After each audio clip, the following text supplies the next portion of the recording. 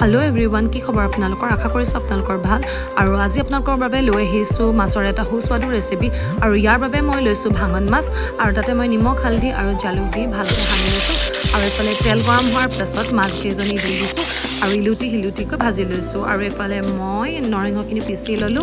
আৰু এই মাছটো ফ্ৰাই হোৱাৰ পাছত উঠাই লৈছো তাৰ পাছত শুকান কেৰাহী এখনতে নহৰু দিছো কেঁচা জলকীয়া দিছো আৰু তিলখিনি ভাজি লৈছো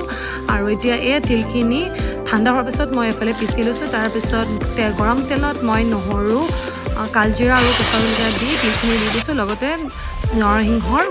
পিচাখিনিও দি দিছোঁ আৰু এফালে নিমখ আৰু হালধি দি ভালকৈ ভজাৰ পিছত এফালে পানী দি দিছোঁ আৰু তাতে মাছকেইজনী দি দিছোঁ আৰু 10 মিনিটমান সিজাৰ পাছত এয়া মই নেমু চেপি দিছোঁ আৰু মই ভাতৰ লগত পৰিৱেশন কৰিছোঁ আৰু ইয়াৰ লগতে দিছোঁ মাছৰ পেটু আৰু মাছৰ পেটুত অলপমান কণীও আছিলে আৰু এফালে নেমু এডোখৰ লৈছোঁ আৰু আদা দিছোঁ কোনে কোনে ভাতৰ লগত আদা খাই ভাল পায় বাৰু